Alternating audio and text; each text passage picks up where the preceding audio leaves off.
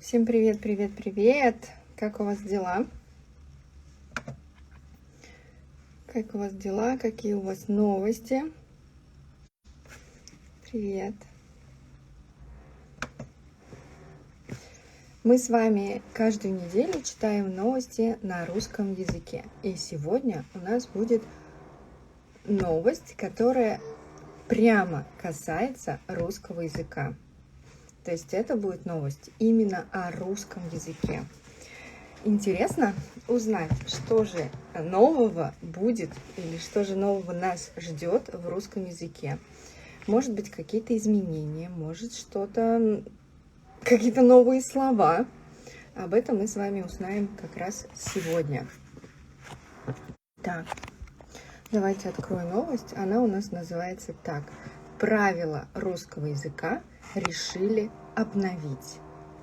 Правила, да, то есть это вы уже хорошо знаете, в русском языке, как и в любом другом языке, очень много правил, которые нужно знать. И эти правила должны знать не только иностранцы, которые учат русский язык, но и русские, которые тоже говорят на этом языке.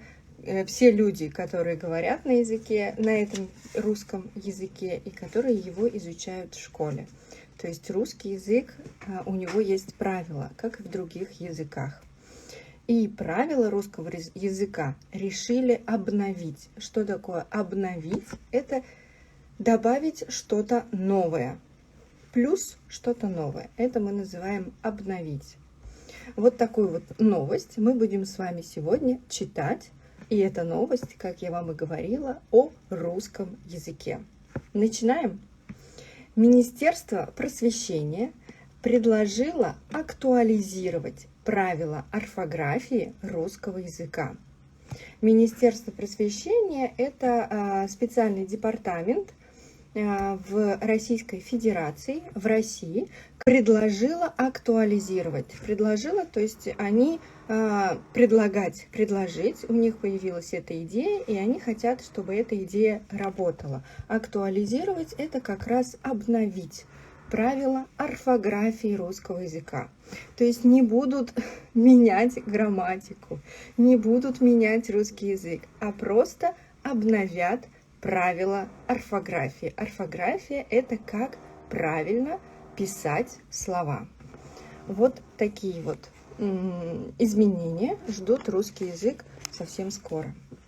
Проект постановления правительства сами новые правила и пояснительную записку опубликовали на портале проектов нормативных правовых актов.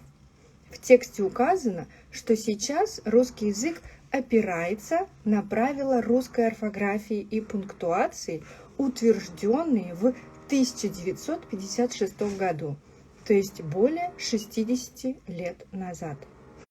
Проект постановления правительства, вот это вот как раз проект постановления, это идея будущего закона, идея будущих изменений. Сами новые правила, то есть это вот что хотят добавить или что хотят изменить, обновить.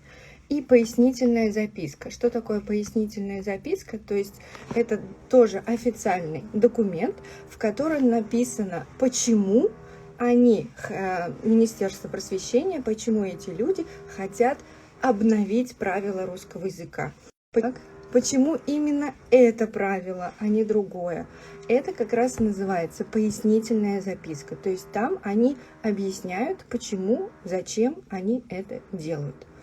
И это все уже опубликовали на портале проектов нормативных правовых актов. То есть это все лежит в открытом доступе. И любой, кто интересуется этой темой, может зайти и посмотреть, почитать. Если вам интересно, то напишите мне сообщение, я обязательно вам отправлю ссылку на все эти документы, на этот портал, чтобы вы могли сами прочитать, сами ознакомиться с этими документами. Но сразу говорю, что это не А2, не Б1, текст этих документов, то есть он достаточно сложный, это минимум Б2 и выше. И дальше. И в этих текстах указано, что русский язык сейчас то, что вы изучаете, то, что мы изучаем и учим вас какому языку, он основывается, опирается, то есть база — это правила, которые появились в 1956 году, то есть это середина 20 века.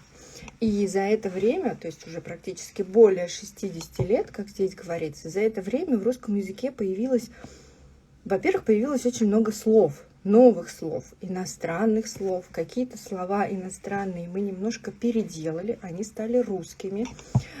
И как правильно писать эти слова, мы не знаем. Появились новые слова, появились некоторые слова, которые поменяли свою функцию в предложении. И здесь как раз важна пунктуация. Где ставить где ставить запятые, где ставить точки, как это все поменять. И это, кстати, очень частая ошибка у людей русскоязычных, которые говорят на русском языке. Они вроде говорят свободно, но они часто делают ошибки в пунктуации, то есть неправильные знаки препинания, и в орфографии. Ну, самый простой вариант, например, мы слышим слово «молоко», да, и должны писать через «а», но мы должны, то есть и мы пишем через «а», например, если мы не знаем, как правильно это слово писать, а в этом слове 3 буквы «о» и не 3 буквы «а». Так, смотрим дальше. Это называется как раз орфография. А теперь текст из документа. И как раз посмотрите, какой уровень текста этого. За это время в формулировках правил обнаружился ряд существенных пропусков и неточностей. Кроме того, произошли изменения, расшатывающие правила правописания. Появились новые слова, типы слов, конструкции, написание которых существующими правилами не регламентировано и поэтому испытывает колебания. Появилось много новых слов: дилер, киллер, офшор, дефолт, риэлтор, карате, лоукостер, каршеринг и многие другие, говорится в документе. Как мы сразу видим, в этом документе очень много причастий, например, существенных, расшатывающие, существующими, регламентировано. И все, да, вот в этой части у нас уже всего 3 предложения и уже 4 причастия. Ряд существенных пропусков, то есть достаточно много моментов неточности, это какие-то такие ошибки, пропуски, это какой-то информации просто нет, и все это расшатывает, да, то есть поэтому мы начинаем сомневаться, мы не уверены, как правильно писать какое-то слово. И это как раз расшатывает правила правописания, когда появляются какие-то сомнения. Появились новые слова, что вам я сказала, типы слов, то есть это когда какое-то слово меняет свою функцию, конструкции, и появились написания которых не регламентировано, то есть существующими правилами, это значит правилами, которые есть сейчас. Не регламентировано, их нет в письменном документе, нет правил по этим правилам, нет написанных таких вот, как правил или уроков именно как. И поэтому русский язык сейчас испытывает колебания, да, то есть все эти изменения, которые ждут русский язык, именно из-за этого, то, что люди, не только те, которые изучают русский язык, и те, кто преподает русский язык, то есть академики, там, преподаватели, профессора, они не уверены, да, и сейчас, кстати, очень много идет споров по каким-то моментам, как правильно использовать это слово или это слово, как правильно писать какие-то слова. Есть варианты, когда просто общество соглашается. Ну хорошо, давайте договоримся, что мы будем писать так. Но в каких-то правовых документах, да, то есть в правилах это не написано. Это просто как люди договорились. Дальше. Появилось много новых слов. Ну, я думаю, эти слова, которые здесь перечислены, это все иностранные слова. И я думаю, вы их хорошо знаете. Дилер, киллер, офшор, дефолт, риэлтор, карате, лоукостер, каршеринг. И слова в русском языке, как и в других языках, появляются очень часто, очень быстро, и их очень много. Сейчас мы все активно пользуемся интернетом, и много слов новых мы берем как раз из интернета. 60 лет назад мы не думали, что может появиться такое слово, как каршеринг, дилер, риэлтор. Может быть, карате уже тогда было, но просто Советский Союз, может быть, об этом не знал. Но какие-то слова просто появились сейчас, они новые. Это будет не новый какой-то документ, который поменяет весь русский язык, все правила в русском языке. Нет, этот документ, это будет просто дополнение. Внесут какую-то новую информацию в уже существующие, в уже правила, которые есть. Вот такой документ, такую новость мы с вами сегодня читали. Еще раз ее покажу. Правила русского языка решили обновить. Я, если честно, думаю, что это вполне логичная мера. То есть это уже давно пора было сделать, потому что очень много споров сейчас проходят, как писать правильно слова. И молодые люди, они просто не уверены, да? Они очень часто сомневаются. И чтобы не было этих сомнений, существовало точное правило, что и как надо, я думаю, что это правильно будет, если они это сделают. Главное, чтобы они не сделали хуже. Но это всегда самое главное. А теперь я вам хочу показать вот такой вот тест, который шел после новости, которую мы только что с вами прочитали. И в этом тесте спрашивают, как хорошо вы знаете русский язык.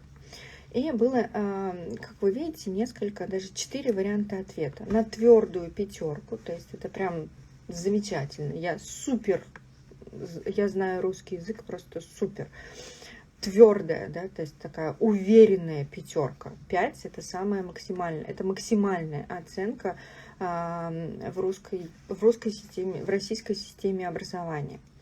Неплохо, но путаюсь в запятых. Это вариант 2. То есть вроде знаю, но я не уверен, когда, какую запятую нужно ставить, какой знак препинания. Может быть запятую, а может быть тире, а может быть точка запятую и так далее. То есть вот это вот путаюсь. Я не уверен, когда, какой знак препинания нужно ставить.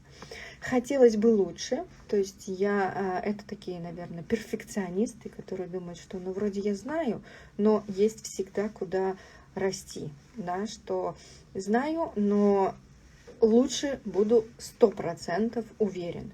И 4-й вариант ответа – это не мой родной язык. А теперь я вам хочу показать, как отвечали люди, какая статистика всего в этом тестировании, да, то есть маленький такой тест, приняли участие 5652 человека. И вот она статистика, то есть большинство, это получается 38, ну почти 38,5%, почти 38,5% на твердую 5, то есть они уверены в своем русском языке. 29,8% это практически 30%. Неплохо, но путаются в запятых. 29% понимают, что они могут лучше, да, хотелось бы лучше. И смотрите, всего 2,6%, 2,6%, да, это люди, которые говорят, что русский язык это не их родной язык. Конечно, это ответы на тест, на этот вопрос, на этот вариант теста давали не все жители России. Вот такую вот еще раз мы с вами прочитали новость, Что вы думаете об этом? Расскажите, пожалуйста, существуют ли правила вашего родного языка, и есть ли такой документ, прям такая книга, сборник правил вашего родного языка, и когда последний раз его меняли, то есть дополняли, вносили какие-то изменения, обновления. Обязательно мне это напишите в комментариях, это будет очень-очень интересно. А сегодня все, и до скорых встреч. Жду ваших комментариев о вашем родном языке, какие в нем есть правила, когда этот документ был сделан, когда его меняли. Все, сегодня все. Пока-пока.